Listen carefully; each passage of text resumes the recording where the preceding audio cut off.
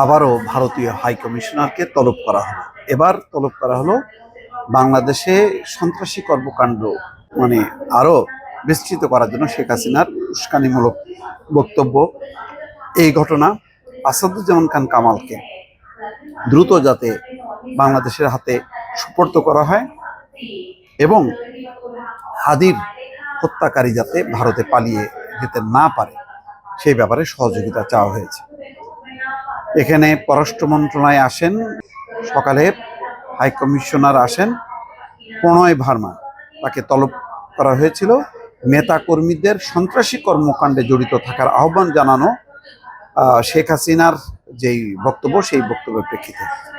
আমি আগেই বলেছি যে শেখ হাসিনা একটা কিন্তু বেশ বৃক্ষ হয়ে থাকলো এই দুই দেশের সম্পর্কের মাঝে, কারণ শেখ হাসিনা তার বক্তব্য অব্যাহত রাখবে এবং বাংলাদেশ উদ্বেগ প্রকাশ করবে, এতে সম্পর্ক ভালো হবে না।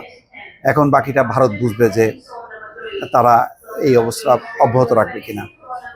শেখ হাসিনাকে বাংলাদেশে সন্ত্রাসী কর্মকাণ্ডে জড়িত থাকার আহ্বান জানিয়ে উস্কানিমূলক বক্তব্য অব্যাহত রাখার অনুমতি দেওয়ায় সরকার গভীর উদ্বেগ প্রকাশ করেছে, সেটা ভারত সরকারের কাছে পৌঁছে দেয়া।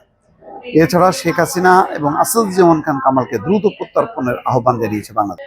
এছাড়াও আগামী নির্বাচন বাধাগ্রস্ত করার জন্য ভারতে অবস্থানরত আওয়ামী লীগ সদস্যদের বাংলাদেশ বিরোধী কর্মকাণ্ডের বিষয়ে রাষ্ট্রদূতের দৃষ্টি আকর্ষণ করা হয়। এই অপরাধমূলক কর্মকাণ্ড বন্ধ করে যত তাড়াতাড়ি সম্ভব তাদেরকে বাংলাদেশে প্রত্যর্পণের জন্য ভারত সরকারকে আহ্বান জানায় পররাষ্ট্র মন্ত্রণালয়। তার মানে আওয়ামী লীগের যত নেতাকর্মী আছে যারা পালিয়ে গেছে তাদেরকে যাতে ফেরত পাঠানো হয়।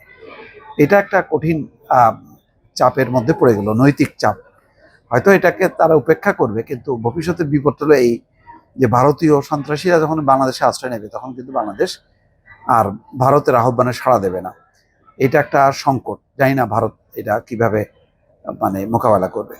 সম্প্রতি বাংলাদেশি ইনকলাব মঞ্চের মুখপাত্র ওসমান হাদিকে হত্যার চেষ্টায় জড়িত সন্দেহভাজনদের ভারতে পালিয়ে যাওয়া রোধ করতে এবং যদি তারা ভারতীয় ভূখণ্ডে প্রবেশ করতে সক্ষম হয় তবে তাদের অবিলম্বে গ্রেপ্তার এবং বাংলাদেশে প্রত্যর্পণ নিশ্চিত করতে ভারতের সহযোগিতা চেয়েছে পররাষ্ট্র মন্ত্রণালয়।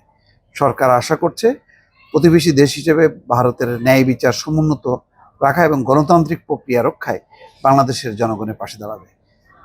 ভারতীয় হাইকমিশনার জোর দিয়ে বলেন, ভারত বাংলাদেশের শান্তিপূর্ণ নির্বাচনের অপেক্ষায় রয়েছে এবং এই বিষয়ে ভারত সর্বাত্মক সহযোগিতা করতে প্রস্তুত রয়েছে। যাই হোক, ভারতের অন্যান্য বিষয়গুলি আমরা জানা যায়নি, কারণ ভারতীয় মুখপাত্র প্রেসকে হয়তো ব্রিফ করেননি, সে কারণে জানা যাচ্ছে না। কিন্তু দেখেন, এই যে শুরু হলো, কিন্তু এখন সবার সন্দেহ যে হত্যাকারীরা ভারতে পালিয়ে গেছে ভারতের সহযোগিতায়, যদিও পুলিশের পক্ষ থেকে বলছে যে তাদের কাছে এমন কোনো তথ্য নেই, কিন্তু নিশ্চয়ই কোনো না কোনো গোয়েন্দা তথ্য এটা একটা ইঙ্গিত দিয়েছে যে তারা পালিয়ে যেতে পারে।